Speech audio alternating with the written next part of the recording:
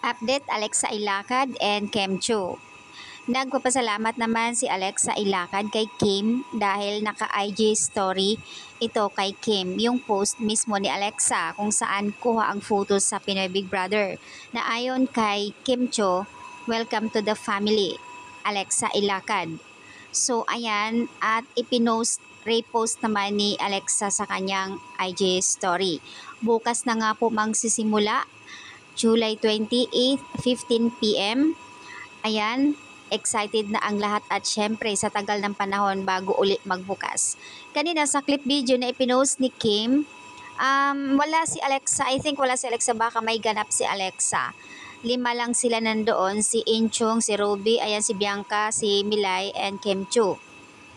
Wala si Alexa kanina sa group, pero bukas na nga magsisimula ang kanilang pag-host. Mag-o-open na talaga, as in marami ang na-excited. Sino-sino kaya ang makikita natin bukas?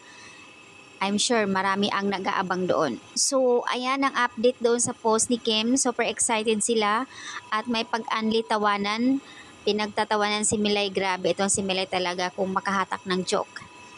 So, ayan guys ang update bukas. Abang-abang. Marami tayong aabangan bukas.